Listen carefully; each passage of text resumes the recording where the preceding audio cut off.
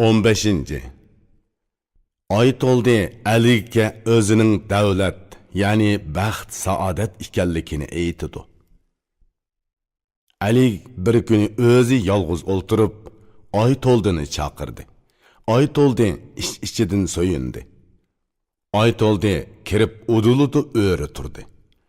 Ali beri kelib o'ltir deb ishorat qildi.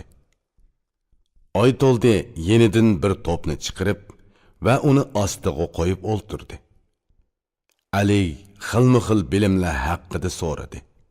Oy to'ldi so'z echib javob berdi. Ali so'yindi va yuziga kulki yugurdi. Oy to'ldi uni ko'rib ko'zini yumdi.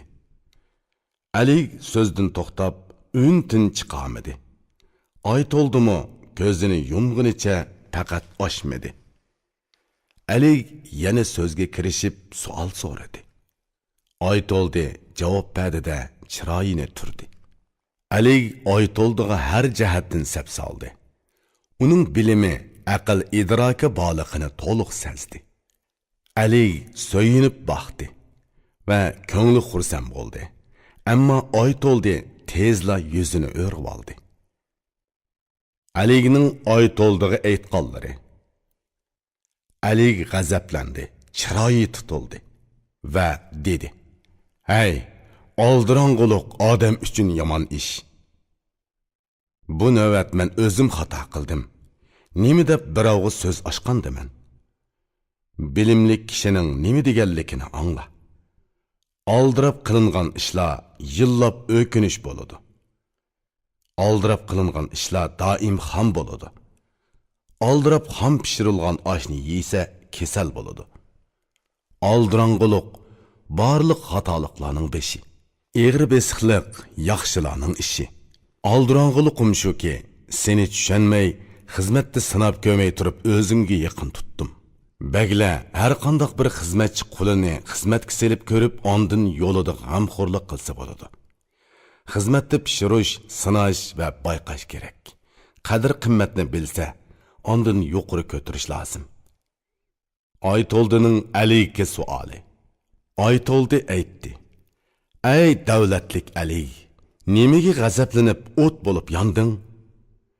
Gunohim nima ekanligini o'zimmi bilmayman. Uni aytib bersang va so'zimni boshqadan anglasang bo'ladi.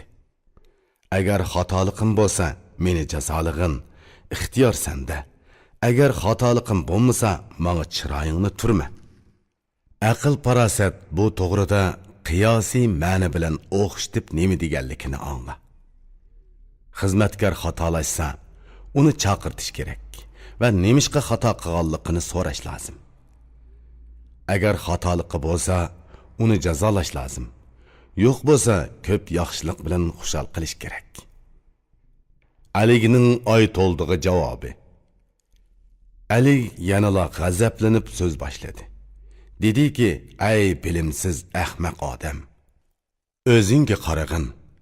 Mening oldimda kim eding? Sana bundoq kibr qayerdan keldi?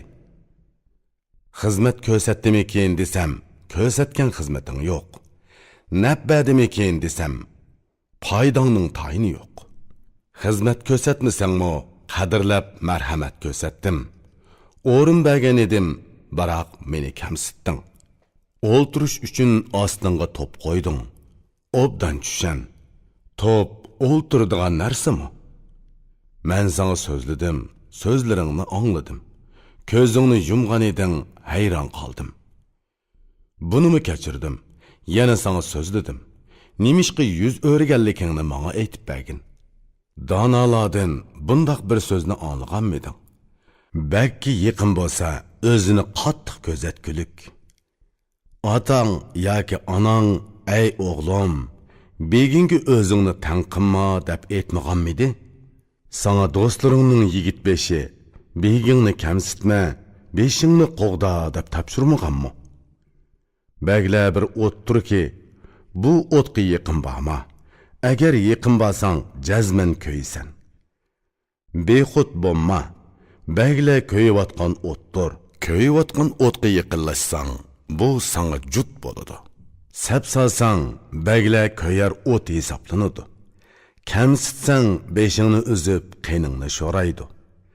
Sana ortiqcha nazar og'dirsan, uningdan qo'rqgin. Agar qo'rqmasang, kuch bilan qo'rqitadi.